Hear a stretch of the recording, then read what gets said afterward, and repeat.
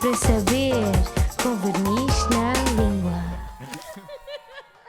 Sejam bem-vindos a mais um episódio do podcast Verniz da Língua. Sou Maria Morgado. Hoje estamos com uma convidada muito especial, Marta Ferreira. Muito bem-vinda. Obrigada. A Marta é farmacêutica e uma das vozes mais fundamentadas quando falamos da cosmética com ciência. Obrigada. Obrigada por trazeres ao nosso podcast temas que nos trazem tantas dúvidas. Marta, para quem ainda não te conhece, como é que descreves o teu trabalho ligado ao mundo da cosmética e da ciência? Então, eu sou farmacêutica e como farmacêutica especializei-me nas ciências cosmetológicas ou cosmetologia, com especialização. Sou também doutorada em ciências farmacêuticas e tenho trabalhado ao longo de vários anos, desde o ensino universitário até à formação profissional. Também trabalho no desenvolvimento de produtos cosméticos, no aconselhamento de produtos cosméticos e passo um bocadinho por aí, por toda essa... Faço um trabalho muito de ligação entre a formação, o desenvolvimento de produto, o aconselhamento e mais recentemente criei a minha plataforma, a plataforma Habitat, onde permite a qualquer consumidor fazer a seleção dos melhores produtos para si, com base num quiz personalizado e também em informações baseadas em reviews e na formação, na fundamentação científica, no fundo, acerca dos produtos. O que é que te levou a comunicar sobre a ciência de uma forma tão simples e descomplicada, principalmente nas redes sociais? Então, quando eu estava ainda na faculdade, já há mais de 10 anos, aquilo que eu ia percebendo era que aquilo que eu aprendia sobre produtos cosméticos têm uma ligação muito grande com os medicamentos, porque quando nós fazemos uma pomada, por exemplo, para um medicamento, não é muito diferente de fazer uma pomada para um cosmético e um creme e vice-versa. Os ingredientes são diferentes, naturalmente, mas o processo é o mesmo e, portanto, os farmacêuticos têm sempre muito esta ligação à cosmética. E aquilo que eu percebia era aquilo que eu ia aprendendo, na verdade, era algo que a maioria das pessoas não conhecia e que poderia ajudar a responder a muitos mitos que circulavam e ainda circulam sobre estes produtos e, portanto, tive a motivação de começar a comunicar ciência nesta vertente, comunicar também ciência quando falava da minha opinião acerca dos produtos, mas muito isto de desmistificar, de dar mais informação e ajudar qualquer pessoa, dotá-la das ferramentas, dotá-la do conhecimento para escolher os melhores produtos para si, para a sua pele, de acordo com a ciência, de acordo com também saber nos ouvirmos a nós próprios, saber ouvir a nossa pele, dar este conhecimento sobre a pele como um espelho da nossa saúde e do nosso bem-estar e, portanto, tudo isso me levou a criar primeiro o blog, depois as redes sociais e mais recentemente também o Habitat, sim. Aqui por falar em mitos, vamos começar por um tema que foi bastante falado. O que é que afinal é o TPO? Bem, o TPO é um fotoiniciador, ele é essencial, não é essencial porque já foi substituído, mas é muito importante para que quando o verniz gel ainda líquido é irradiado, iniciar a reação de polimerização. E o TPO, na verdade, foi proibido porque se chegou a um consenso na União Europeia de que ele seria tóxico para a reprodução, não era algo que não soubéssemos, simplesmente, aliás, sabíamos antes e ele era permitido em concentrações muito reduzidas para que isso nunca acontecesse. Hoje em dia, considera-se que aquilo que sabemos sobre o TPO nos permite, por excesso de zelo e para garantirmos a segurança a todos os consumidores, permite proibi-lo. Mas o TPO nunca foi um perigo, nunca foi um risco iminente para a saúde dos consumidores. Isto é mais uma questão de convenção. E o que é facto é que ultimamente, agora que não temos TPO, temos que o substituir por outros fotoiniciadores que, neste caso, já não têm estes riscos tão iminentes como o TPO, mas que também são eles limitados a quantidades utilizadas em produtos para que se garanta que o produto final é seguro. E neste aspecto eu acho que é importante realçar muito uma coisa, é que nós não podemos falar de produtos cosméticos da mesma forma que falamos ou de medicamentos ou de dispositivos médicos. Um produto cosmético, por definição, e um produto cosmético vai desde pasta de dentes, shampoo, ao verniz que utilizamos nas unhas, ao perfume, estes produtos têm que ser seguros e isto não digo eu da minha cabeça, é a legislação que o diz e, portanto, quando um produto destes vai para o mercado, há toda uma avaliação de segurança que é feita não pelo fabricante, mas por um avaliador de segurança, uma pessoa especializada em toxicologia e especializada em fazer especificamente a avaliação de cosméticos, e esta avaliação de segurança é obrigatória para que o produto vá para o mercado e é uma avaliação de segurança que é feita sempre com excesso de zelo. Ou seja, não se estabelecem os limites máximos para ingredientes por ser a partir daquele valor máximo que o ingrediente vai causar riscos para a saúde.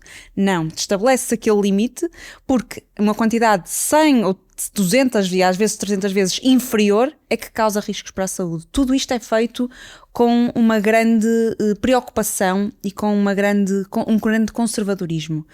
E por isso, o que aconteceu com o TPO, as pessoas que utilizavam e que utilizaram até hoje vernizes com TPO, não têm de se preocupar com essa exposição prévia.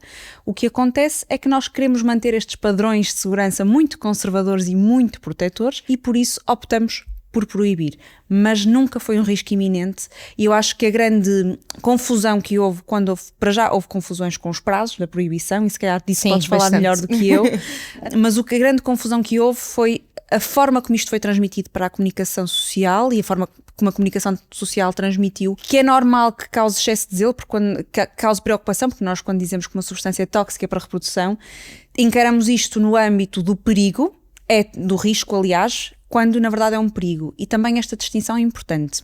Um perigo é algo que é iminente, ou seja, se eu tiver um leão à minha frente, esse leão pode morder-me e até matar-me.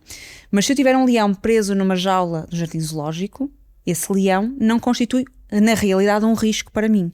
E é sobre isto que nós temos que nos preocupar. Não temos que nos preocupar com o leão que está em África ou que está na Ásia, temos que nos preocupar com o leão que está dentro da jaula e nesse caso a preocupação é nula. E é muito assim que a avaliação dos cosméticos é feita. Eu acho que depois também a forma como sai para fora acaba por lá estar. Trazer um bocadinho de excesso e preocupar um bocadinho as pessoas, mas lá está, é tudo uma forma de segurança. Daqui, de certa forma, obviamente foi um produto proibido, foi substituído. Achas que de alguma forma pode prejudicar a forma como o nosso verniz catalisa? O que vocês percebem, não é? Os vossos relatos é que demora um bocadinho mais a catalisar, mas ele catalisa na mesma. E depois há aqui esta questão de sempre que mudar alguma coisa num produto, nós vamos à procura do que é que está diferente. Exato.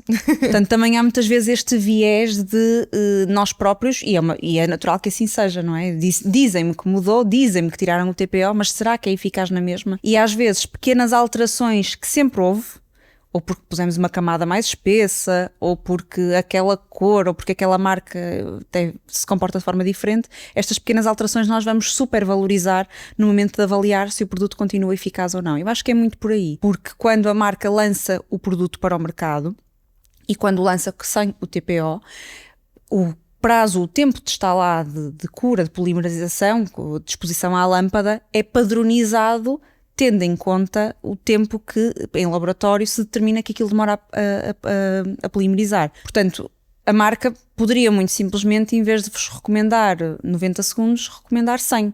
Ou se em vez de 60, 70. Se não o fez, foi porque aquela foi o tempo mínimo ou o tempo médio eficaz para que o verniz polimerizasse na totalidade. Por isso não há essa preocupação. A substituição foi bem feita para que seja exatamente da mesma forma. A realidade tudo foi estudada e foi calibrada. Exatamente. Forma. A realidade é que eu, estando nesta área, obviamente nós temos sempre uma certa diferença. O que é que eu vejo? É que está a voltar, de certa forma, aquela camada de expressão, quando nós limpamos, que se calhar há uns tempos atrás existia, quando nós utilizávamos os catalisadores a luz UV, e as pessoas estão a notar essa diferença, então acabam sempre por criticar um bocadinho mais, mas a realidade é que catalisa da mesma forma, sai essa camada de expressão. Podem catalisar um bocadinho mais tempo, mas o resultado é o mesmo, catalisa exatamente da mesma forma e acaba por ser um bocadinho isso de as pessoas também procurarem sempre um bocadinho da diferença que existe. Aqui relativamente ao EMA, apesar de não ter sido proibido, também tem sido um assunto bastante falado. O que é que me podes falar acerca deste assunto? Então o EMA é um acrilato. Se há bocado o TPO iniciava a catalisação, o EMA é um dos polímeros que vão ser catalisados e que passam da forma de monómero. O monómero, no fundo, é como se nós estivéssemos a falar dos legos. O monómero é uma pecinha do lego, o polímero é a construção que nós fazemos com esses legos todos. E o EMA é um dos acrilatos mais utilizados. Há algumas marcas que já não o utilizam, alguns vernizes já não o utilizam, mas nós temos que usar acrilatos na mesma. Qual é o problema dos acrilatos? O grande problema dos acrilatos não é quando eles estão em polímero, quando estão a construção do Lego, é quando temos monómeros livres. Porquê? Porque esses monómeros são mais pequenos, permeiam mais facilmente a pele e, ao permearem a pele em pessoas suscetíveis, mais suscetíveis, podem levar ao desenvolvimento de alergias. Este é o grande problema. O que é que acontece? Nem todas as pessoas têm esta suscetibilidade genética ou induzida até pela exposição, por um lado, e por outro lado também, quando o verniz gel é bem polimerizado, isto não vai acontecer, este contacto com a pele, porque a permeação através da unha é muito reduzida, mesmo que limemos a unha, mesmo que façamos todo esse processo, esse polimento, o contacto com a unha, através da unha vai ser reduzido. É mais a pele em torno e, eventualmente, a longo prazo, até porque os profissionais que fazem este tipo de técnica, que vão ter uma exposição mais prolongada. E aí é que está, sobretudo, o problema. O que é importante dizer aqui? É óbvio que, havendo cada vez mais pessoas a fazer verniz gel, há também cada vez mais pessoas alérgicas ao EMA e outros acrilatos. E esse aumento das alergias não tem que ver necessariamente com um aumento da perigosidade, digamos assim, entre aspas, destes produtos, mas sim com um aumento da utilização destes produtos. É normal que assim aconteça. Por outro lado, em relação ao EMA também, para já temos que, sempre que há uma suspeita de alergia ao EMA, haver este despiste em dermatologia, porque até pode ser alergia a outra coisa qualquer. A priori não é fácil haver aqui um cruzamento, porque são alergias muito típicas do rebordo da unha, portanto, mas é importante haver este diagnóstico para nós sabermos que de facto estamos a falar de uma alergia ao EMA, por um lado, e por outro lado, a utilização de um verniz sem EMA pode não ser a solução. Porque além do EMA, como já falámos, existem outros acrilatos e pode haver reações cruzadas entre vários acrilatos. O EMA é aquele que nos levanta mais preocupações, mas sendo alérgico ao EMA, há alguma probabilidade de haver alergia a outros acrilatos que possam estar na fórmula. Por isso, sempre que há este diagnóstico médico, o ideal mesmo é a pessoa não usar verniz gel, mesmo que não tenha EMA. Não fará muito sentido, então, o consumidor preocupar-se, a não ser que tenha indício de algum tipo de alergia. Exatamente. Portanto, a mensagem geral é, não é ao contrário do TPO, que já foi proibido, não é motivo para preocupação por esse motivo. No caso do EMA, não há motivo para preocupação, a menos que haja este diagnóstico de alergia. Em que caso é que seria um risco real e em que caso é que seria a desinformação?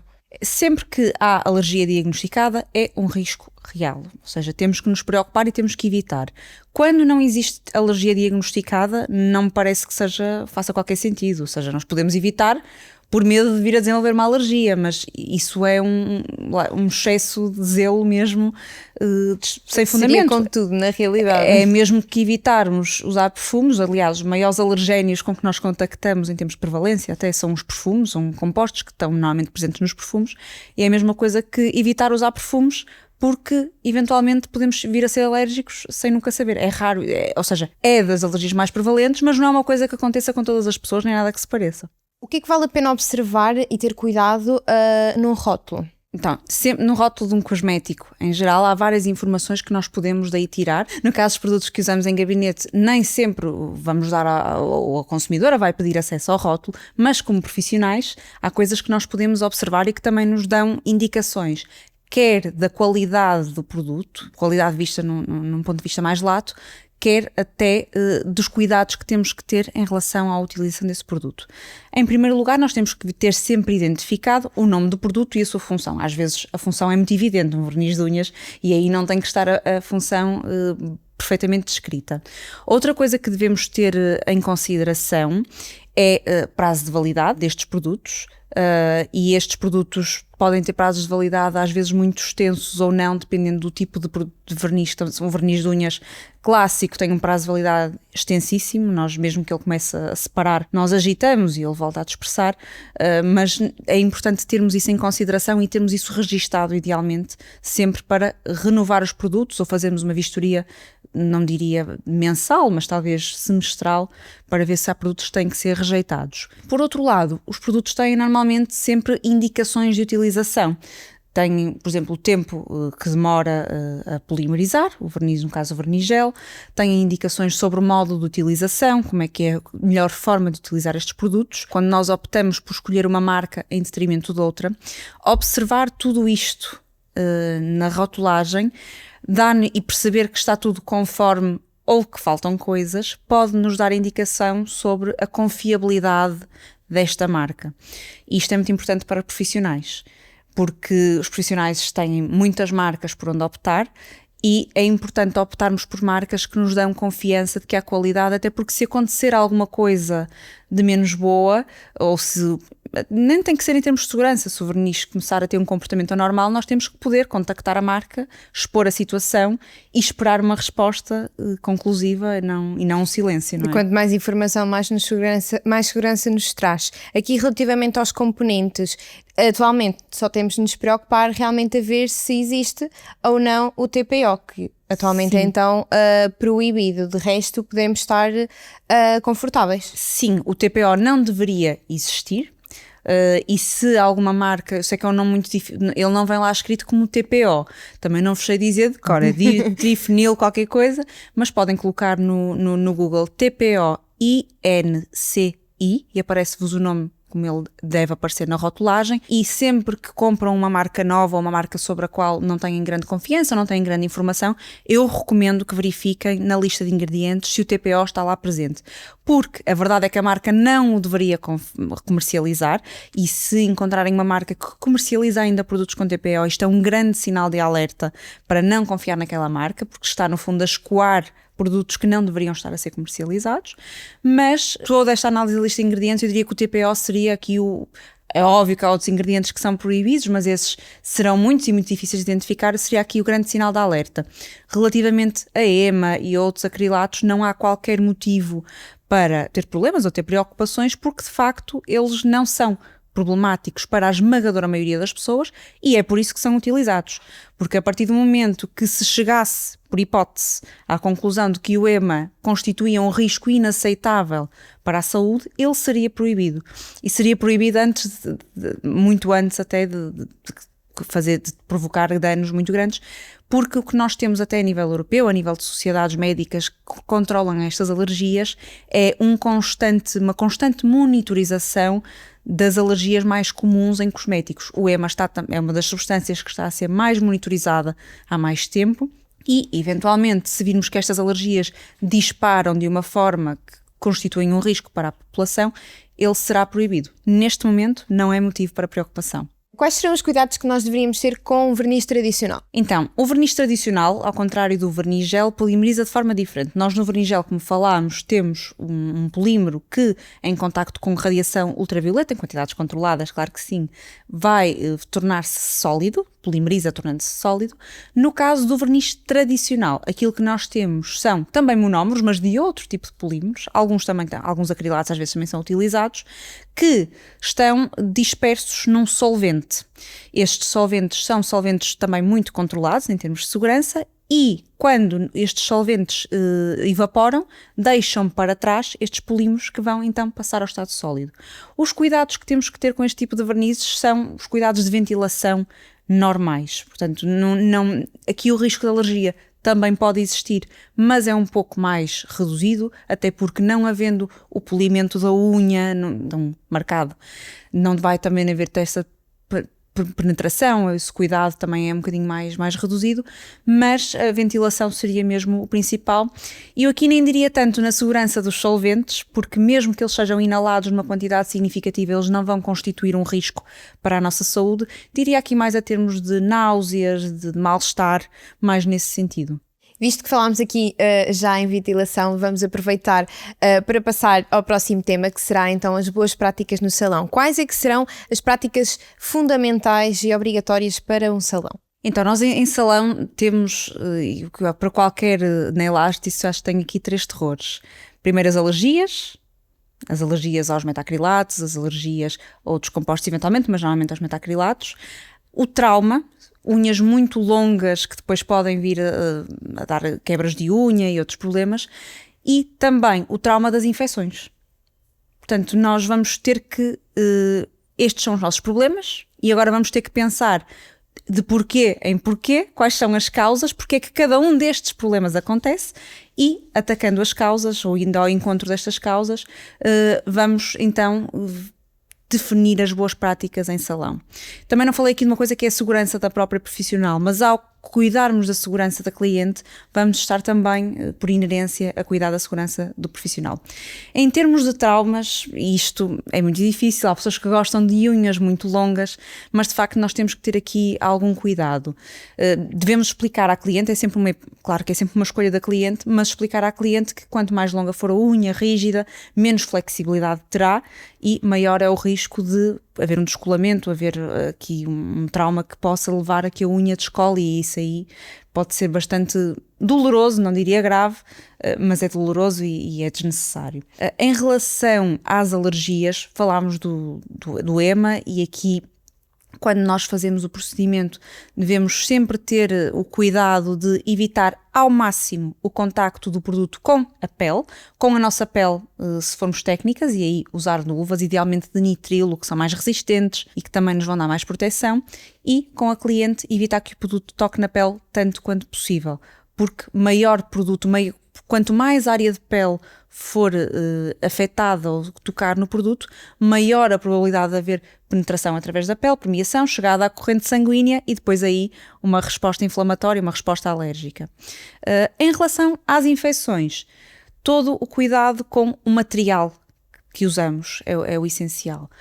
Todo o que é material metálico ser devidamente esterilizado, tudo o que é material poroso tem que ser descartado entre utilizações.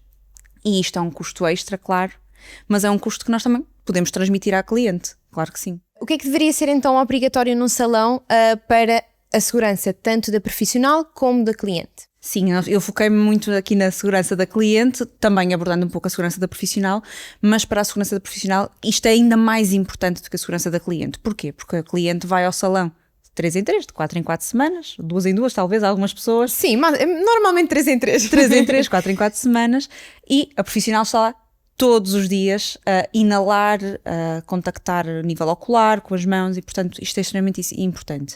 A ventilação é sem dúvida um dos pontos mais críticos, e a ventilação deve estar tão próxima daquilo que nós estamos a fazer quanto possível, para que não disperse para o resto do gabinete gases, tudo aquilo que possa ser libertado. Isso é extremamente importante. Depois toda a limpeza da bancada de trabalho, até entre clientes, está uma muito boa imagem no nosso trabalho. Portanto, chegar a um sítio e ver uma bancada cheia de pó, às vezes com comida, até com bebida, é sempre uma má imagem, e também ter as bancadas muito ocupadas, não limpas, pode constituir um risco, pode aumentar a probabilidade de haver acidentes.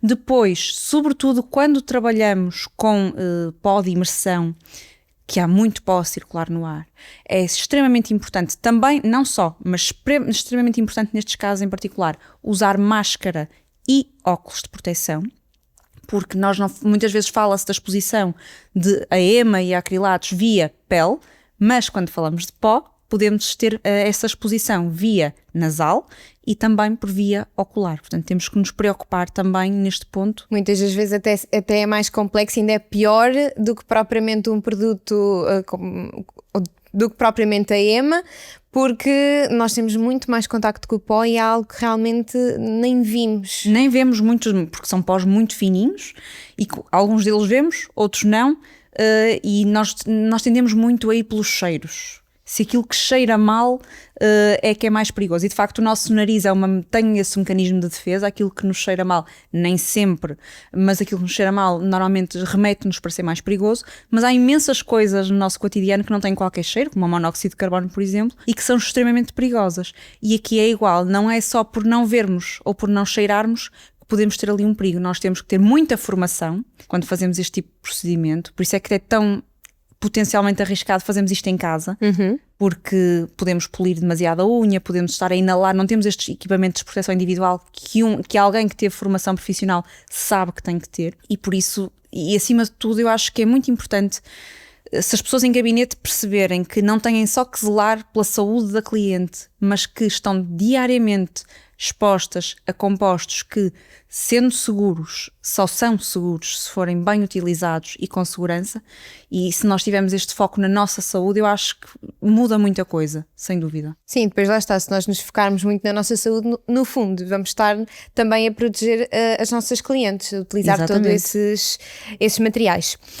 Aqui qual seria a diferença de desinfecção e a esterilização. Quando nós falamos de esterilização, remete-nos para a palavra estéril. Quando nós esterilizamos algo, nós não queremos lá micro-organismos absolutamente nenhuns, nem resíduos de micro-organismos que possam dar reações no organismo. Quando desinfetamos, há aqui uma maior margem para que fique lá eventualmente alguma coisa, mas muito, muito pouco, ainda assim.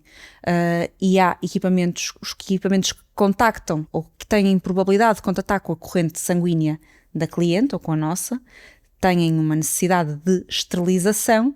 Quando isso não acontece, precisamos apenas de desinfetar por uma questão de higiene mais normal, menos arriscada. Aqui a nível de materiais como alicates, empurra-cutículas, às vezes até mesmo limas, eu acho que há muitas pessoas que acham que o desinfetar é mais que suficiente, mas na realidade não. É sempre muito melhor nós desinfetarmos e depois esterilizarmos, porque muitas das vezes não sou propriamente, a Marta é melhor para falar disto, mas há bactérias e fungos que não saem apenas com uma desinfecção e têm de realmente ser esterilizado, correto? Exatamente. Os micro-organismos estão muito habituados a viver entre nós e a proliferar entre nós, portanto, eles têm mecanismos muitas vezes de se agarrar aos materiais e de muito dificilmente serem eliminados. E esse cuidado com a esterilização é extremamente importante. Uma vez mais, uma cliente que tenha uma infecção no decurso de um procedimento destes, não é uma boa publicidade e nunca é demais o cuidado, sim. Como é que uma cliente pode perceber que está num espaço seguro? Obviamente começamos aqui com um bocado da limpeza da mesa, não é? Eu acho que é esta combinação do espaço ser limpo, de transmitir cuidado, com a abordagem da profissional. É importante sempre, como profissionais, perguntarmos se já alguma vez teve alergia, já uma vez fez, por exemplo, quando falamos do verniz gel, que é o mais crítico neste ponto, se já alguma vez fez e se teve alergia, porque isto pode parecer uma pergunta absurda. Porquê é que uma pessoa que fez verniz gel iria fazer outra vez se teve alergia? Mas a verdade é que se começarem a perguntar, vão surpreender-se com as respostas, porque as pessoas às vezes não sabem que tiveram alergia e descrevem, fiquei um bocadinho vermelha, inchou, mas depois passou, mas já foi há muitos anos. Às vezes até podem achar que o erro foi da outra profissional. Exatamente. E não propriamente da alergia. Aquilo não foi bem feito, portanto, perceber isto, fazer estas perguntas, ter registros, eventualmente, sempre que acontecer alguma coisa de errado, e termos uma profissional que nos tenha este cuidado, já nos transmite logo imensa confiança. E depois olhar para o espaço, ser profissional, usa máscara, óculos e luvas, para além deste asseio, desta limpeza prévia, ver se os materiais que devem ser descartáveis, como limas e todos os materiais com madeira, que podem ser porosos e absorver micro-organismos e resíduos da unha até, se são novos ou se são reutilizados entre clientes. Isto é um grande sinal de alerta, por exemplo, e é muito... Isto seriam as coisas menos senso comum, mas o senso comum acho que no principal nos guia para perceber, ok, isto é uma profissional que tem cuidado, que tem limpeza, que tem formação acima de tudo e que sabe o que está a fazer, ou se eu vejo aqui uma grande confusão, coisas a voar pelo ar, então se calhar é melhor... Às vezes as pessoas também ficam com um bocadinho de receio de fazer certo tipo de perguntas e eu acho que questionar, perguntar às vezes o que é que está a fazer, ou porque é que é isto, ou porque é que é aquilo, na realidade leva-nos a perceber se a própria profissional sabe do que é que está a falar, sabe o que é que está a fazer e se tem realmente informação. Então acho que aí também poderia ser um ótimo ponto para perceber. E o cliente tem esse direito.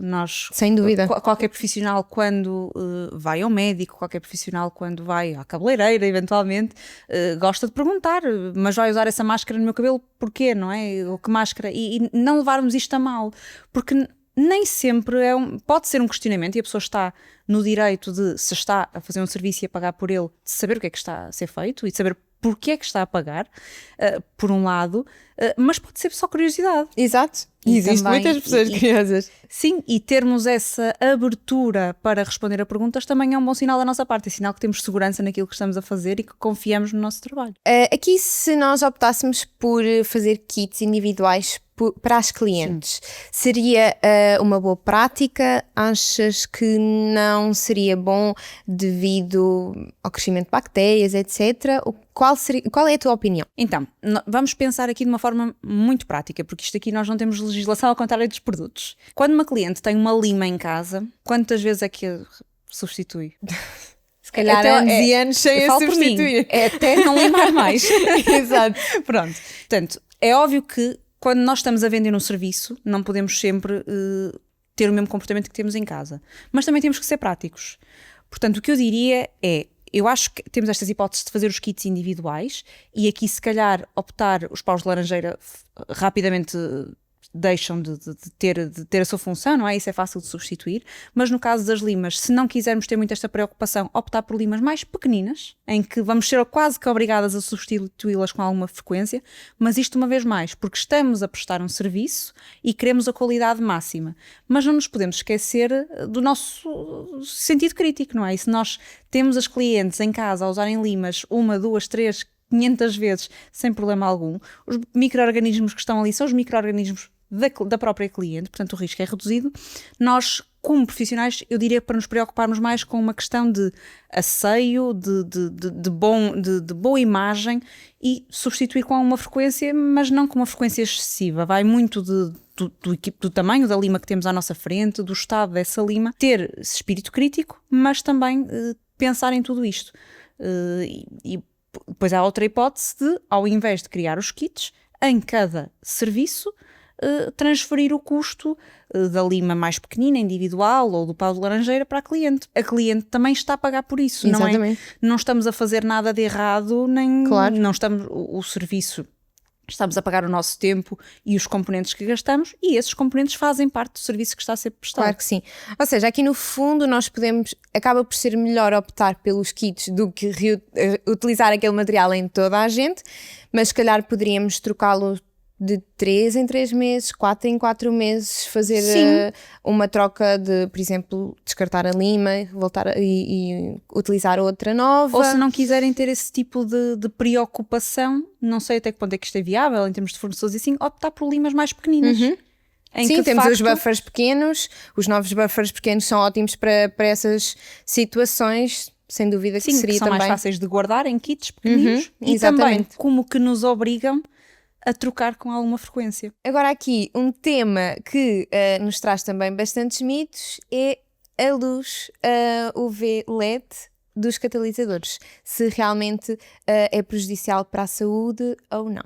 Então, nós temos é outro tema que causa muito alarido a nível de comunicação social, porque infelizmente há muitos maus estudos académicos, também isto é uma coisa importante de se dizer, nem todos os estudos académicos que saem são de boa qualidade e temos estudos, por serem mais recentes, que nos trazem necessariamente mais informação nova, e houve até um estudo muito recente, mas que quando nós vamos analisar com espírito crítico percebemos que aquilo não só não traz informação nova nenhuma, como até nem está muito bem feito, porque aquilo que nesse estudo se fazia era expor células da pele, células só, e não a pele íntegra como um todo, a uma quantidade de luz, uma dose de radiação que nunca é aquela a que nós somos expostas. E, de facto, essas células não sobreviviam, nem teriam como sobreviver, porque aquilo era uma quantidade absurda de radiação. O que é que acontece, sobretudo com as lâmpadas mais recentes? A quantidade de radiação, a dose, vamos falar aqui neste termo mais geral, que é emitida para cada sessão, estamos a falar de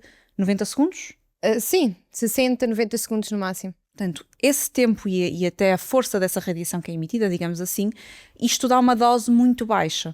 E se nós pensarmos que esta dose só é repetida a cada 3 semanas, isto é ainda mais baixo. E para que nós possamos, para que se tenham dúvidas daquilo que estou a dizer, basta pensarem no seguinte: alguém fica moreno por fazer unhas de gel?